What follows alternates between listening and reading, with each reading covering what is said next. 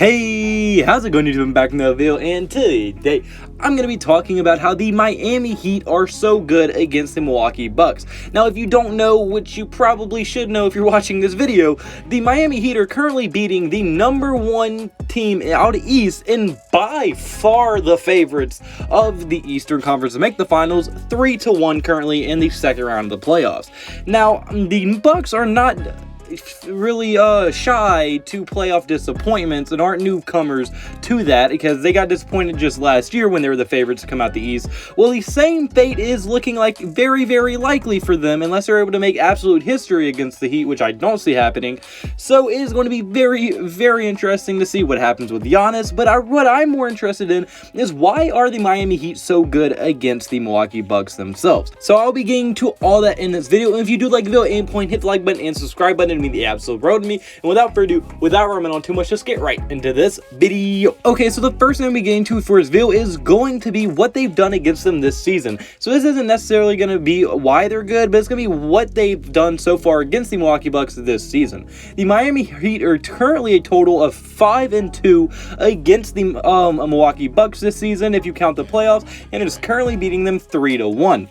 Which is very impressive, as this is much better than most any team is able to do against them this entire season, as they've had the best record consistently the entire season by far, by not even close by a country mile. And Giannis in this series is only averaging 21 points per game, 12 rebounds per game, and 6 assists per game. Now y'all might be like, well, that is very good numbers, and if you give that number to someone like CJ McCollum or Eric Bledsoe or someone like that, or even Chris Middleton, yes, these numbers would be out-fucking-standing for pretty much 90% of the NBA.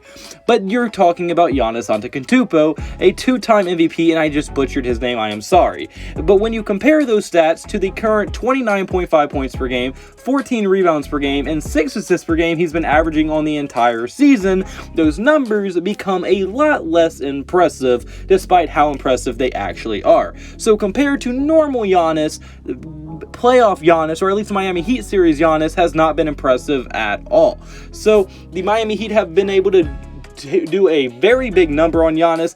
Now, yes, he has gotten nicked up ankle-wise in the last game. He literally only played 11 minutes and still had, I think 19 points, which is ridiculous. And he was on his way for a monster game, but he did end up getting hurt, which was unfortunate. But they still won the game, so that was cool. Kind of a sweet and sour thing right there. But yeah, the Miami Heat have just been playing very well against Giannis as a team, and it has shown even in statistic-wise, and it also shown in the win-loss record. So yeah. But now the actual reasons why they're playing so damn good against the Milwaukee Bucks is because they just match up extremely well. Like, this is like the team in like your little city league. Your team is 10 times better than them, but you're so big and the entire team you're playing is so small and quick, you just can't keep up, and they beat you for literally no reason, just because they match up bad against you. This is pretty much what the Milwaukee Bucks are dealing with. As Giannis, almost gets all of their points from the paint. Let's be honest, Giannis is not a great shooter. He's not great at mid-range shooter. Yes, he's worked on it and has made strides, but the dude is still not anywhere near one of or at least even a good three-point shooter. So, Giannis gets most of his points from the paint, and with how dominant he is, that is usually a very viable way to get your points. But when you're going against someone like Bam Adebayo, one of the best centers in the NBA, who's also equally as strong as you and equally as athletic as you with the same size, well, that makes it extremely hard for you to get your points in the paint due to how good Bam Adebayo is. Now, am I saying Bam Adebayo is as good as Giannis? No, I'm not saying that. What I'm saying is Bam Adebayo is literally the ideal matchup for anyone out of the NBA for Giannis. He is probably the best one-on-one matchup you can find to guard Giannis in the league. So yeah, and then when you add someone like Jay Crowder, who for some reason in a couple games has become Steph Curry out of nowhere, but he's also a very scrappy defender, very good power forward, and he helps a ton as well when it comes to guarding Giannis. And then you also have players that are extremely good perimeter defenders. Now, although Dragic is a decent one, he's still a very smart veteran to have on your team, and Jimmy Butler is literally one of the best perimeter defenders in the entire NBA. So when Giannis is on the perimeter and you either have Jimmy Butler or Bam Adebayo or Jay Crowder on you, that is just constant work, constant good defensive players on you at all times, which makes it very, very hard. And then also, not only the Giannis Bam Adebayo matchup, but just a matchup all around. Goran Dragic and Eric Bledsoe. Eric Bledsoe has not played particularly well, at least in all the games that Giannis has played in. So, I mean, Dragic has outplayed Eric Bledsoe in this series. Lopez cannot keep up with Bam Adebayo in any way, or Jay Crowder, and Brook Lopez has kind of looked lost in this series, not gonna lie. But, I mean, also off the bench, Tyler Hero has been one of the clutchest shooters in the NBA playoffs this season with how good he's shooting. Even in the game they just lost, he hit 3 straight extremely clutch threes. The dude is not a rookie. He is a freaking veteran in a rookie's body.